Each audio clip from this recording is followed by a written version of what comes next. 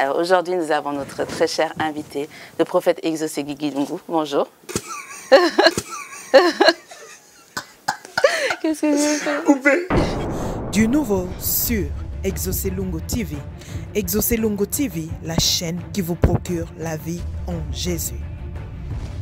Des nouveaux concepts basés selon vos attentes sur l'éducation familiale, coaching, ministère, finances, mariage et la jeunesse.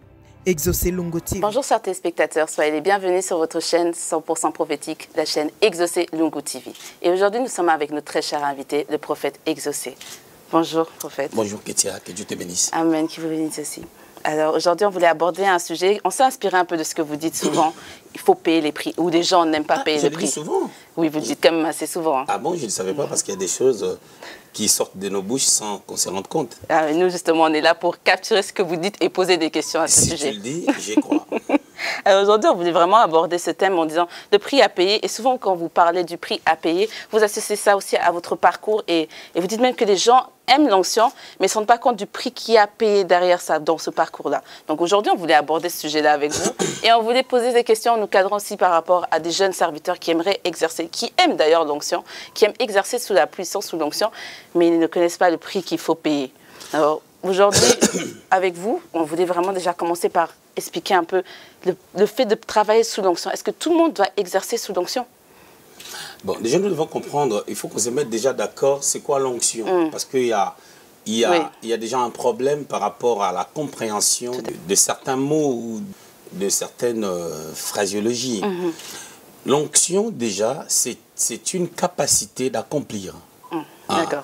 La Bible parle de l'onction dans l'Épître des Jean et la Bible parle de l'onction aussi dans Actes des Apôtres au chapitre 1er, verset 8, quand le Seigneur est en train de dire que le Saint-Esprit viendra sur vous, vous recevrez une puissance et vous serez mes témoins. Cette puissance-là, en grec, on parle de dynamissa, qui parle de la capacité d'accomplir la mission que Jésus les avait conférée. Cette mission était d'aller faire les nations les disciples, c'est Matthieu chapitre 28 au verset 19. Maintenant, l'onction, c'est cette capacité-là d'accomplir la mission. Mais nous devons savoir que cette capacité se déploie ou se manifeste sous diverses dimensions ou selon les besoins. D'accord. Et voilà. Du coup, on n'est pas avec, si je comprends bien, cette capacité nous est donnée. On n'est pas avec. Parce que si c'était le cas, les apôtres n'allaient pas en avoir besoin selon la promesse que le Seigneur les avait faite. C'est-à-dire que c'est quelque chose qui vient à cause déjà de l'appel de Dieu, premièrement, et deuxièmement, lorsqu'on appelle quelqu'un, la personne doit accepter l'appel de Dieu. Ça, c'est la deuxième dimension. Et la troisième des choses, au-delà de l'acceptation de l'appel de Dieu, il y a maintenant la consécration d'un disciple. Ok. Regardons, il y a un portrait. La Bible dit dans Jérémie 1,5, avant que tu sois formé dans le sein maternel, je te connaissais. Et avant que tu sortes, je t'ai consacré. C'est-à-dire, je t'ai consacré. Mais ici, je suis en train de parler de la consécration, non pas qui vient de la part de Dieu, mais qui vient de la part de l'homme. Ok. Parce qu'être consacré veut dire quoi la différence? Se mettre à part. Oui, ok. Quand on parle de la consécration, dans l'hébreu, il y a 5 mots qui parlent de la consécration. Entre autres, il y a un mot que j'aime bien, c'est naza. Naza, c'est la même racine que le naziréen, c'est-à-dire se mettre à part pour un but, pour quelque chose. Alors lorsqu'on est consacré, on se met à part. Oh, Dieu, a priori, nous met à part. Et là, il faut nous expliquer la différence. Et nous-mêmes aussi, on doit se mettre à part, ou je dirais nous-mêmes aussi, on doit rester dans ce à quoi Dieu nous a mis à part. Et c'est ça l'objet de notre consécration.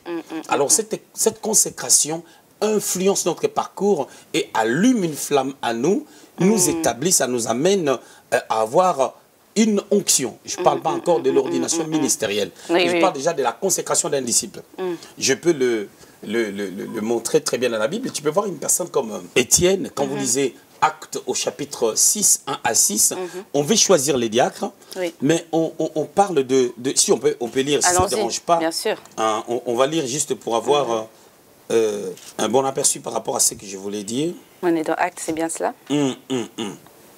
Regardez, à partir du verset 3, la Bible dit, c'est pourquoi, frères, choisissez parmi vous 7 hommes de qui l'on rende un bon témoignage, qui soient pleins d'Esprit Saint, eux de sagesse, que nous chargeront de cet emploi. Ici, on ne parle pas de ministre de la prédication. On est en train de parler des diacres, des personnes qui doivent s'occuper de social, servir aux tables, ainsi de suite.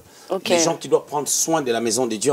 Mais on ne parle pas du ministère en tant que tel. Mais on fait une mention assez particulière. On dit qu'il soit plein d'esprit. Et cet esprit-là, c'est l'esprit de Dieu. On dit plein d'esprit. Donc, c'est comme s'il y avait plusieurs esprits saints. Justement. Il n'y a pas plusieurs esprits saints, il n'y en a qu'un. Mais quand on dit plein d'esprit, c'est-à-dire il y a une volonté de s'attacher à Dieu, de se consacrer à Dieu, de se mettre à part pour que le Saint-Esprit te prenne comme un canal d'une manière particulière. C'est-à-dire que tu fais valoir ce qui est de droit. C'est-à-dire ton appel, ton mandat, ton approbation par rapport à la chose de Dieu te permet de pouvoir se faire désirer auprès du Seigneur ou auprès de l'onction.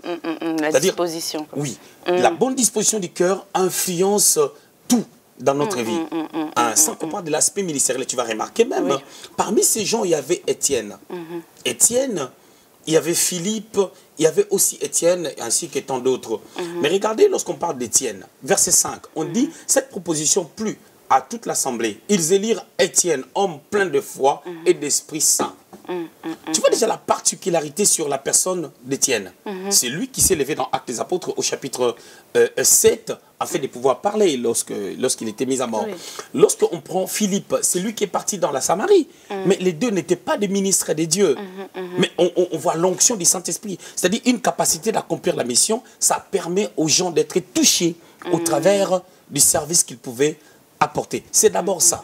Mais cela était lié à leur qualité, à leurs conditions de vie. Sachant que lorsqu'on parle d'une bonne qualité de vie ou leurs conditions de vie, cela nous permet de pouvoir se consacrer premièrement. Et cette consécration nous amène à payer un prix. Parce que ça nous fait vivre hors de notre vie. C'est-à-dire, on ne dépend plus de nous, mais on dépend de celui qui nous a appelés. Ok. Donc, parmi payer le prix en soi, c'est se consacrer, plutôt se mettre à part. C'est un jeu de mots, en fait. Voilà. C'est-à-dire que lorsqu'on parle du prix, il y a plusieurs sortes de prix, bien entendu. Mais sachant qu'on ne peut pas payer un prix, je vais définir après les prix, on ne peut pas payer un prix si on n'est pas à la base consacré.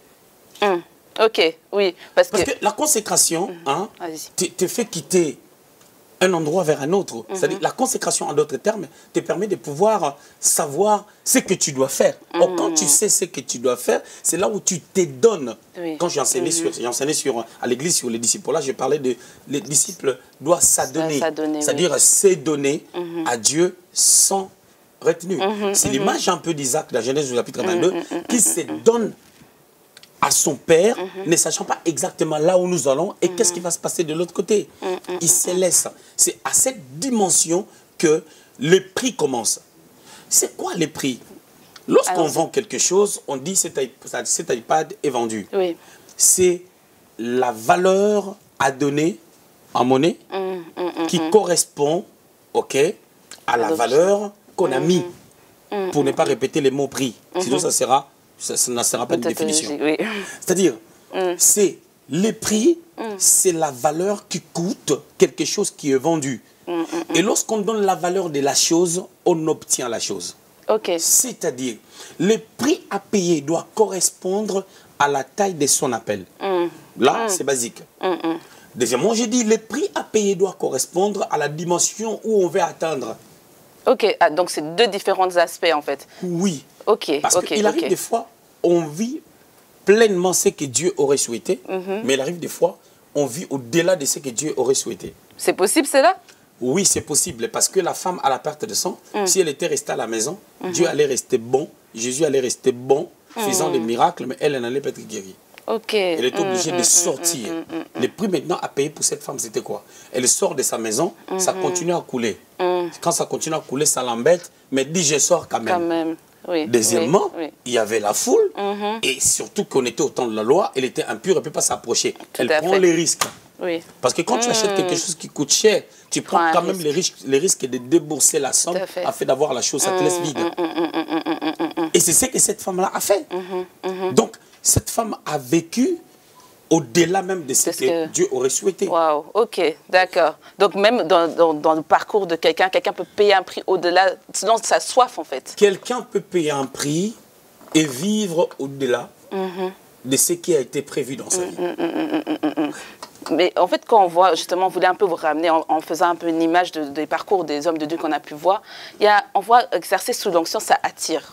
Il faut le dire, ça attire, les gens aiment. Mais le problème, c'est que là, quand toi tu parles de l'onction, même toi-même dans ta psychologie, tu parles de l'onction dans les tombées. Parce que quand tu dis ça attire, oui, tu parles de les tomber. Mais si tu avais suivi ma définition, j'ai dit c'est une capacité à accomplir. Cette capacité d'accomplir, je n'ai pas parlé des tombées. Oui, les tombées, c'est l'une des manifestations de l'onction.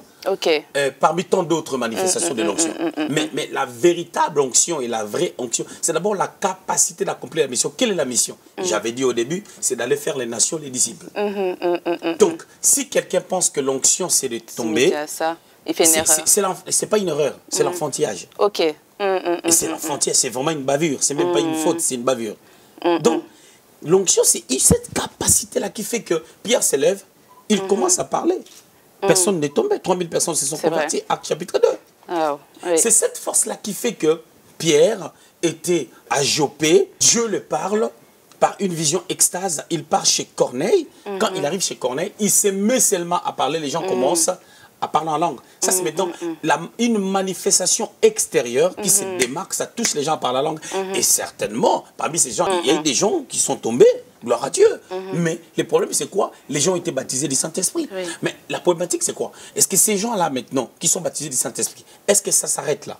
Ils ont été sauvés, baptisés du Saint-Esprit. Mais après, il faut qu'il y ait une onction pour l'enseignement.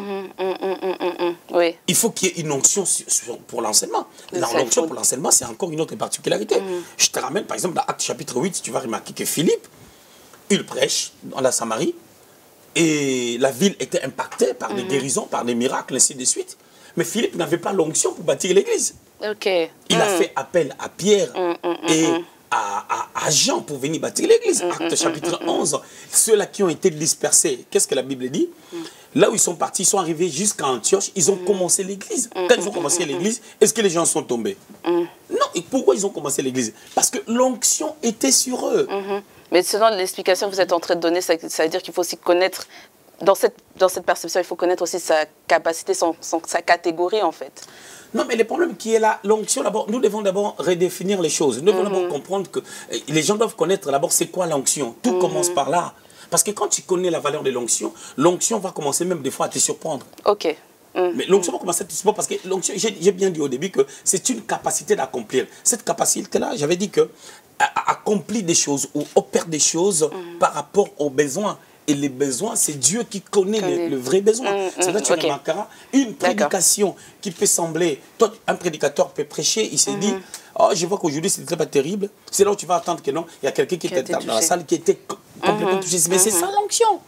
La personne était touchée, la personne s'est repentie, la personne a eu la foi qui a été affectée positivement. Ainsi de suite. C'est ça l'onction. C'est cette capacité. Lorsque maintenant il y a un besoin d'une guérison, l'onction de la guérison c'est manifeste.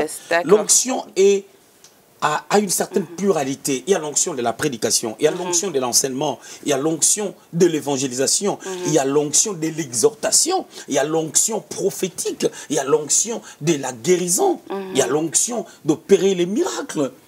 Il y a l'onction comme Achitophel, il avait une onction de la sagesse, je peux dire ça comme ça. Quelqu'un va dire un don de la sagesse, mais je vais dire que ces dons-là étaient liés à une onction qui l'a mené à une dimension où s'il donne un conseil à quelqu'un, le conseil avait la taille de la pensée de Dieu. Mais malheureusement, ou heureusement, Achitophel, cette onction-là opérait bien pour un but. Le but, c'était d'aider David. Donc, il y a certaines choses que Dieu donne à certaines personnes, c'est parce qu'ils sont à côté de certaines personnes. Quand Achitophel s'est éloigné de David, cette onction était un poison, ça tuait Absalom. Parce que les conseils d'Absalom, les conseils qu'il a donnés à Absalom, ça a échoué, ça a amené Absalom jusqu'à la mort. Donc, on se rend dans cet aspect-là, on a besoin d'une source à côté de nous quand même, dans ce domaine-là. L'onction a toujours une source. La source d'onction, c'est Dieu. Mais malheureusement, la source, quand je dis c'est Dieu, c'est-à-dire Dieu est esprit, c'est le Saint-Esprit. La source d'onction, c'est le Saint-Esprit. Mais le problème, c'est quoi? Le Saint-Esprit, aussi pour notre marche, étant humain, il a établi des hommes. C'est-à-dire une personne comme Jésus, qui a reçu l'onction sans mesure. Jésus n'a pas reçu l'onction quand il a commencé le ministère. Il dit, Luc chapitre 4, verset 18, il dit, l'Esprit du Seigneur est sur moi. L'Esprit là est sur lui, non pas quand il est en train de parler. L'Esprit du Seigneur est sur lui depuis l'éternité passée. Mais sauf que le timing était là pour qu'il commence l'œuvre. C'est pour cela qu'il affirme les gens que parce que l'Esprit du Seigneur est sur moi, je suis porteur d'une onction. Ok?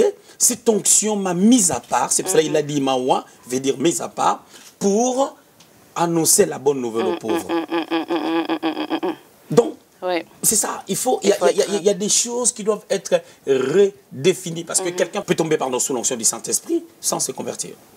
Ah bon, c'est possible ça? Mais bien sûr que oui.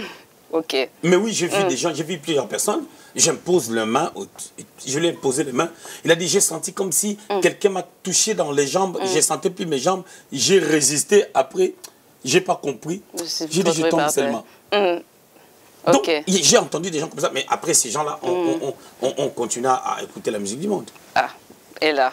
Mais moi, c'est possible aussi. Mais...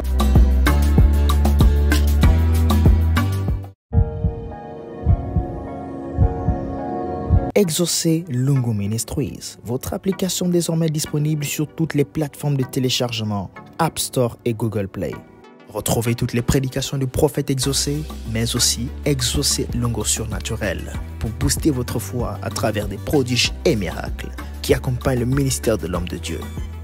Dans cette même application, les prédications du pasteur Mariam Lungu avec une panoplie de messages prophétiques et pleins de sagesse. Vous aurez notamment accès à Exaucé Lungu Coaching, Exaucé Lungu Teach pour nos téléspectateurs anglophones, avec une diversité de messages bilingues. Une application tout en un, Exaucé Lungu Surnaturel, les vidéos du prophète Exaucé, les prédications du pasteur Mariam, Exaucé Lungu TV, Exaucé Lungu Coaching, Exaucé Lungu Teach, une application complète, une application tout en un. Avec Exaucé Lungu Ministries, vous portez avec vous du prophétique et du surnaturel sur votre smartphone.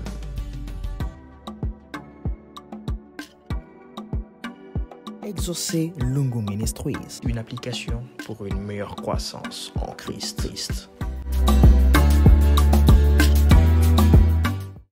Moi, j'aimerais bien revenir sur cet aspect que vous avez donné de la source, en fait. Et vous avez même donné ce bel exemple, justement, d'Achitophel qui s'est éloigné de David. Et il y a un shift qui s'est passé. Donc, on voyait encore la manifestation. Il était encore capable de prodiguer des conseils de sagesse, mais il y a un changement qui s'est fait. Et beaucoup, aujourd'hui, on voit quand même des gens qui se détachent, surtout quand ils voient qu'ils sont efficaces. Ils se détachent de la source. Le problème, c'est quoi? Ça se manifeste quand même. Chaque onction a un but. Oui, l'Esprit du Seigneur est sur moi, en d'autres termes. L'onction du Seigneur est sur moi pour. Oui. C'est-à-dire l'onction est là sur nous pour un but. Ce but-là est accompli à un endroit spécifique, à côté de certaines personnes. C'est-à-dire que cette onction, raison pour laquelle tu vas remarquer qu'il nous arrive des fois de voyager. Dieu t'utilise d'une certaine manière, tu pars dans un autre endroit. Dieu t'utilise aussi d'une certaine manière. Cela dépend des circonstances, de l'auditoire, ainsi de suite. C'est-à-dire l'onction a un but. De la même manière que certaines onctions vont bien opérer que au lieu géographique que Dieu t'a placé, à côté des personnes physiques qui doivent bénéficier de cette onction, et ainsi de suite. Et quand les gens ne comprennent pas, ils croient que parce que je suis porteur d'une onction, je peux en faire ce que je veux et je peux faire ce que je veux. C'est parce que là, il y a beaucoup de dégâts, il y a beaucoup de shit, il y a beaucoup de pertes, il y a beaucoup. Mais quelle est je me pose une question que je vais répondre moi-même. Mais quel est comment dirais-je, le remède par rapport à toutes ces choses? Dites-nous justement. Qu'est-ce qu'il faut faire pour arrêter ces vents? Il faut ne pas laisser les gens servir Dieu dans la facilité. Et là, mais il y a toujours des électrons libres, ça, même si vous voulez limiter, les gens vont partir. J'ai dit déjà, ça aidera déjà les choses. Ces électrons libres-là, ils vont avoir une corde qui va les coincer au cou seul. Seul. Tu sais, je vais dire un truc. Je suis en train de parler, ma voix sort. Il y a des caméras qui vont capter ma voix. Et puis, ça sera dans un disque dur. Ça sera récupéré, ainsi de suite. On va faire les montages et tout.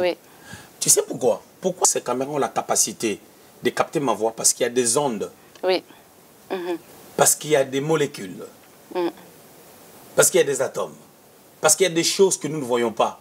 Mais ces choses-là circulent entre nous et les caméras. Tout à fait. Ces choses-là circulent.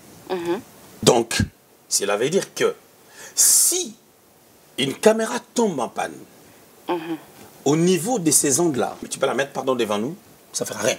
Ok. Alors par là, je voulais dire quoi? Le problème, c'est quoi? Quand on se détache de la source et qu'on est un électron libre, sachez que c'est une caméra qui va arrêter de fonctionner à un moment donné. C'est pour cela, quand tu prends la caméra qui commence à bugger, tu amènes ça auprès d'un bon technicien, il regarde, il dit ça. Je ne sais même pas pourquoi ça fonctionne encore. Je ne pense pas que ça va tenir encore un mois. Je ne pense pas, à un moment donné, ça va caler parce que j'ai vu que les choses sont abîmées à l'intérieur. Il y a telle chose qui est abîmée, c'est la chose la plus importante, et ainsi de suite. C'est ce que nous voyons dans la vie de certaines personnes qui servent Dieu aujourd'hui, croyant qu'ils sont dans la vérité, ils ont un impact et tout. Nous, on regarde, on voit qu'il n'y a rien parce qu'on a vu des gens qui ont fait 2 stades, qui ont rempli des stades. Justement. Et aujourd'hui, c'est nul. On a vu des gens qui ont fait 10 000 fois plus que ce qu'ils font. Mais qu'est-ce qui s'est passé avec ces gens-là, justement, dont vous parlez? Parce qu'on voyait vraiment, il y avait des grands évangélistes qui ont été là avant nous, qui ont eu un grand impact, mais la fin est souvent a été vraiment... Parce que c'est la même chose. C'est toujours les choses se répètent. La Bible déclare dans 1 Corinthiens chapitre 10, verset 6, ces choses sont arrivées pour nous servir d'exemple. Et même quand quelqu'un chuite, même quand un problème vient dans la vie d'une personne, ça nous sert d'exemple et de témoignage. Mais écoute, quelqu'un essaye de faire des petits programmes vite fait, soit en Europe, soit je ne sais pas où là. Et il fait des trucs, il se prend déjà pour quelqu'un de grand, d'important et tout. Pendant que nous avions, si tu réunis 500 personnes, on a vu des gens qui ont réuni des 100 000 personnes. De plus de 100 000 personnes. Et ces gens-là sont restés bredouilles. Tu vas me dire quoi? Oui, c'est vrai. Tu vas me dire quoi avec les 1000 personnes que tu peux réunir ou 500 personnes si ta conduite n'est pas bonne?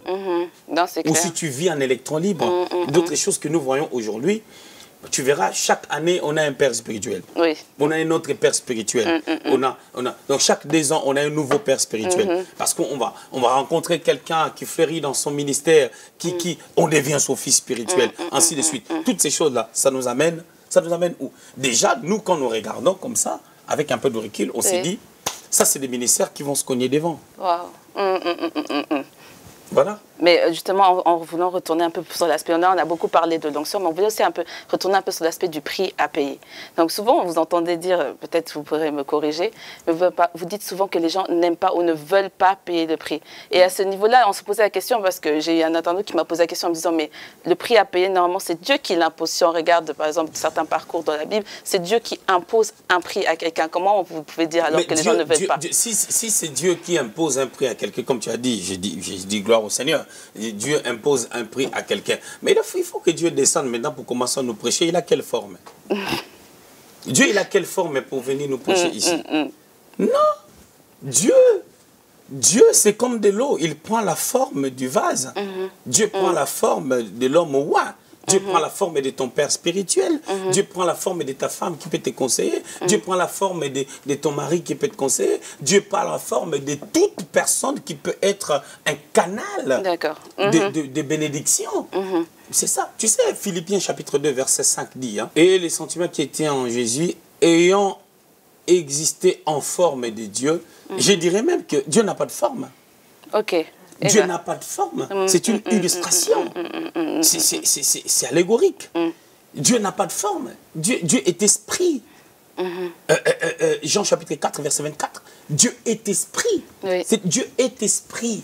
Maintenant, quand on dit, oh, c'est Dieu, c'est ci, c'est Dieu, c'est là, toutes les personnes qui ont ce genre de langage, Dieu, c'est ci, Dieu m'a dit, tous sont des rebelles. Ce sont des gens qui ne connaissent pas Dieu. Un fils ne parle pas comme ça. J'étais en train de parler à l'église, j'avais démontré le langage d'un disciple. Je parlais de Luc. Je parlais de Luc qui est avec des apôtres. Il a été avec Paul et il a été avec Pierre et tout. Il parle de son évangile ainsi que du livre des Actes des Apôtres à Théophile. Il dit, j'ai eu des informations auprès de ceux-là qui étaient des témoins oculaires, en d'autres termes, des pères. Donc, il parle de Christ en honorant les pères. Donc, c'est pour dire que Dieu s'est incarné à ces gens-là pour nous transmettre, pour me transmettre fidèlement ce que moi je te transmets. J'essaye de te transmettre aussi fidèlement. Donc, il y a des choses qui doivent être recadrées. Donc, une partie alors, votre réponse à cette question en disant que lorsque vous dites aux gens qu'ils n'aiment pas payer le prix, c'est aussi lié au fait qu'ils n'aiment pas se soumettre à quelqu'un. C'est lui qui ne veut pas payer les prix. C'est-à-dire, les problèmes, c'est quoi? Les prix commencent déjà. Les problèmes, c'est quoi? Les prix commencent déjà du fait que tu ne vis plus selon toi, oui. mais tu vis selon ce que la parole a dit. Pour ne pas dire tu vivre selon l'homme. Non, vivre selon ce que la parole a écrit. Oui. Même un père, il doit te dire ce qui est écrit. Ok, oui. C'est-à-dire, même on quand a besoin il de t'amène cette à une figure. certaine direction, mais ce qu'il te dit, ça doit être lié à la parole. Je ne vais pas dire à quelqu'un, à un disciple, va braquer une banque et puis amène-moi de l'argent. Là, ça ne casse C'est pas pas ça, c'est que la parole de Dieu a oui. dit. D'accord, ok. Merci beaucoup pour cette réponse. Comme je vois qu'on est en train d'enchaîner, il y avait quand même une question qu'on nous avait posée. Il y a un passage biblique, en fait, qui nous avait un peu marqué.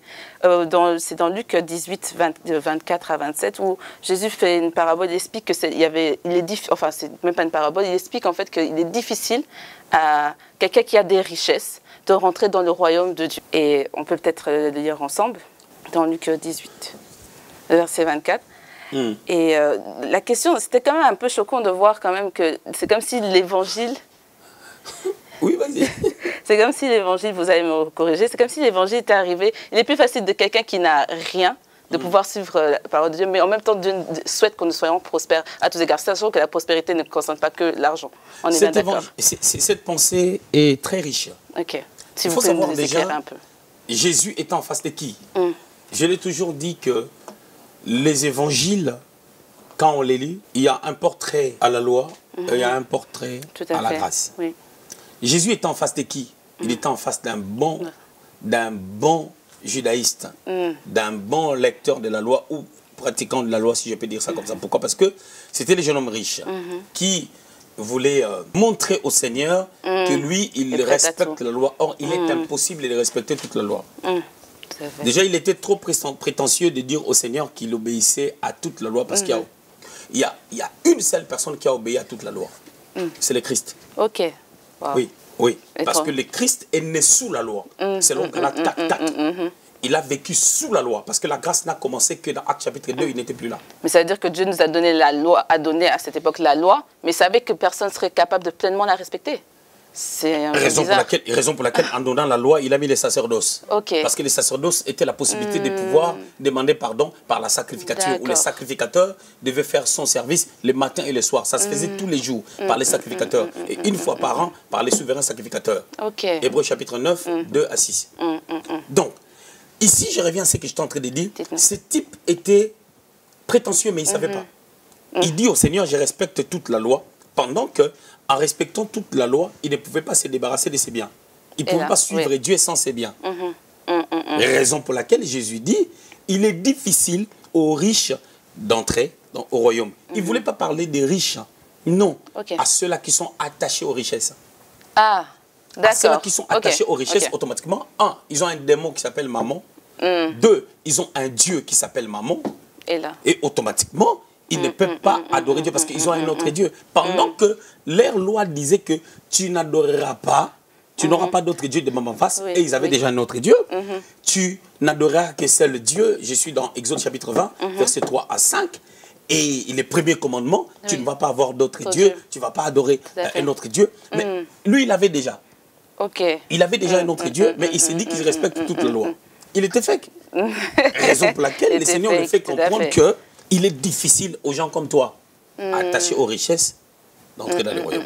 C'est pour cela, quand quelqu'un commence à suivre le Seigneur, il y a ce qu'on appelle le brisement. C'est différent encore que payer le prix. Le brisement, c'est une réalité, une situation que Dieu vient imposer dans ta vie, vient permettre dans ta vie. Sachant que les prix, quand tu vas acheter quelque chose, on ne t'impose pas d'acheter quelque chose. C'est toi qui aimes la chose, tu mets la main dans la poche, tu l'achètes. Je prends, c'est ma volonté. Les prix, c'est lorsque tu te laisses aller, c'est lorsque tu te donnes toi-même comme une valeur correspondante à ce que tu as besoin. Mais le brisement, c'est maintenant la position que Dieu te met qui t'empêche de pouvoir même payer les prix. Et quand tu l'acceptes, le prix est payé. Waouh, donc le brisement vient même avant de payer le prix. C'est vraiment... Je n'ai pas dit ça, c'est toi qui as dit ça. Peut-être vous pouvez nous réexpliquer du coup. C'est toi qui as dit ça. Donc moi j'ai dit, moi j'ai parlé du brisement, j'ai parlé. Les choses de Dieu, c'est pas dans la vie de tout le monde, les choses ne se passent pas comme on les pense. C'est pour ça que d'autres personnes prêchent, ils disent 10 pas vers la gloire, 15 pas vers la gloire. Est-ce que tout le monde a besoin de 15 pas? Pas forcément. Est-ce que tout le monde a besoin de 10 pas? Oui. Tout le monde a besoin de 15 pas. Abraham est venu, ok? Dieu l'a parlé directement, il a compris que c'est Dieu qui lui parlait. Il est venu s'installer, il n'avait pas de père spirituel. Oui. Mais ça ne veut pas dire que nous, on ne doit pas avoir de père spirituel. Tout à fait. Est-ce que toi, tu es Abraham? Non. Paul a dit à Timothée, prends un peu du vin pour ton estomac. Toi, tu as l'estomac. J'ai l'estomac, mais pas les problèmes. Nous, maintenant, on a coronavirus, maintenant, on met des masques. Oui. Maintenant, on va dire que non, si quelqu'un ne met pas les masques, il a mal fait, non? Oui, il n'a pas obéi au magistrat. Oui. On doit le taxer. OK? Est-ce que les gens, est-ce qu'il y a 2 ans passés, si tu ne mets pas les masques, c'était un problème? Non. Tout à fait. Waouh. En tout cas, vous avez vraiment éclairé parce que, comme vous avez pu l'observer, il y a beaucoup de confusion avec des termes, le brisement, l'onction, le pré-appuyé. On a souvent un peu du mal à comprendre. Et je voulais te dire une chose. Quand on parle du brisement, les gens ont mal défini le brisement, surtout les Africains. Dis-moi, le président Macron, s'il donne sa vie au Seigneur aujourd'hui, est-ce que son brisement va ressembler au brisement de Ketia? Tout à fait, c'est pas possible. Alors, il ne faut pas mélanger les choses. Pourquoi? Parce qu'il est président. Déjà, comme il est là, il bénéficie d'une certaine immunité. Bien sûr, oui. Pendant qu'il est président, et même après, il va garder, il va garder quand même une bonne partie de cette immunité. Oui, oui. Il reste une personne, il est entré dans des annales de l'histoire mondiale, parmi les présidents d'un grand pays, d'une grande nation, comme la France. C'est pour dire qu'il ne faut pas mélanger les choses.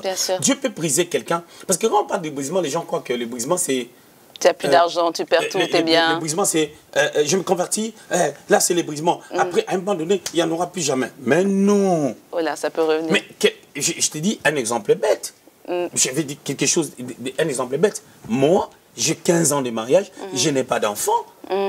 Pour moi, c'est un brisement. Oui. Mais attendez, mais je roule en quelle voiture? Ah, c'est vrai. C'est vrai, tout à fait. Je roule en quelle voiture? Oui. On lit ça souvent au bien, en fait. Tu comprends? Donc, les gens, ça c'est ce que les religieux nous ont enseigné. Ok. Mais parce qu'on s'est basé peut-être sur... À chaque fois que Dieu veut m'amener dans un niveau supérieur, le Seigneur a besoin de me travailler, de travailler quelque chose en moi en fonction de là où il m'amène. Là où il m'amène, c'est ce que j'appelle peut-être l'onction, pour rester dans la thématique. Mais maintenant, le prix à payer par rapport à cette dimension, à cette onction, est lié maintenant à la manière dont je me donne. En tout cas, merci beaucoup. Il y a d'autres questions qui me sont remontées, surtout vers la fin, mais on va garder ça pour une prochaine émission, je pense. En tout cas, merci beaucoup de nous avoir éclairés parce qu'il y a beaucoup de termes qu'on entend souvent. Et c'est aussi les raisons pour lesquelles nous avons cette plateforme. On entend beaucoup de termes, mais parfois on ne comprend pas le sens et on ne connaît pas le sens et la valeur de ces termes. Donc, merci beaucoup, homme de Dieu. On vous donne rendez-vous déjà à la prochaine émission parce qu'il y a d'autres questions qui vont venir et je suis certaine que nos internautes auront aussi des questions. Donc n'hésitez pas à vous envoyer vos questions en commentaire et nous vous donnons rendez-vous au prochain numéro sur Exaucé Lungu TV, votre chaîne 100% prophétique. Que le Seigneur vous bénisse. Alors aujourd'hui, nous avons notre très cher invité, le prophète Exaucé Guigui Lungu. Bonjour. Qu'est-ce que j'ai fait? Bonjour chers téléspectateurs, soyez les bienvenus sur votre chaîne Exaucé Lungu TV, votre chaîne 100% prophétique qui vous procure la vie en Jésus-Christ. Alors aujourd'hui, nous avons notre très cher invité, le prophète Exaucé Guigui Lungu. Bonjour. Qu'est-ce que j'ai fait? Coupé. J'allais dire quoi? J'allais dire, on remarque vraiment que non, ma journaliste, elle est petite. Quand ça se voit pas maintenant, on peut le voir. Eh bien, j'allais le dire.